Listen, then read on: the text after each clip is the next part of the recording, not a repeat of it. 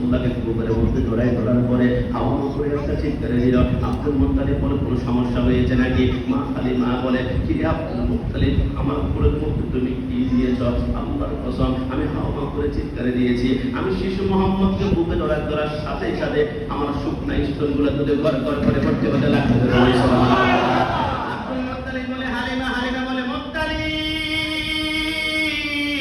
এটা দুনিয়ার কোন সাধারণ সন্তান হতে পারে না, বুকের লাগালে দুধ গর গর করে ভর্তি হয়ে যায়। এরা আমার গোড়াটা কোথায়?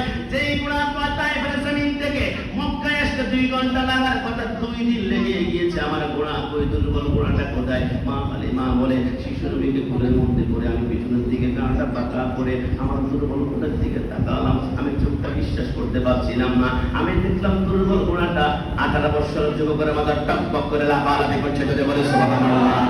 হালিমা বলে শিশু নবীকে কোলের মধ্যে করে আমি চিন্তা করলাম আর মক্কাতে আসা হবে কিনা। একবার আমি চলে যাই কাবার চত্বরে। মা হালিমা বলে শিশু নবীকে কোলের মধ্যে করে কাবার চত্বরে আমি চিৎকার করতে শুরু করলাম, লাব্বাইক আল্লাহুম্মা লাব্বাইক লা শারীকা লাক লাব্বাইক ইন্নাল হামদা ওয়ান নি'মাতা লাকা ওয়াল মুলকু লা শারীকা লাক লাব্বাইক বলে 7টা চক্র দেওয়ার পরে আমার হঠাৎ করে মনে পড়ল কিন্তু আমার পাশে একটা পাথর আছে, নামতে আল্লাহ সাল। একবার চুমা দিলে জিন্দেগির গুনাহগুলো সেটাকে নিষ্পাপ করে দেওয়া হয়। আমি হালিমা তাহলে একটাবার চুমা দিয়ে তারপর তাইফের দিকে রওনা করব। মা হালিমা বলে শিশু নবীকে কোলের মধ্যে করে আমি হাজর আসওয়াদের দিকে যাচ্ছি না। তাফসীরে মাজারের মধ্যে আল্লামা সানাউল্লাহ পানি বলে রাহমাতুল্লাহ আলাইহি মা হালিমা বলে এখনো পাথরের কাছে যেতে 11 হাত দূরত্ব বাকি আছে। আল্লাহর কসম করে বলি এর আগেই দেখলাম পাথরটা দৌড়ে এসে রাসূলুল্লাহর ঠোঁটগুলো চুমাতে শুরু করলো। সুবহানাল্লাহ।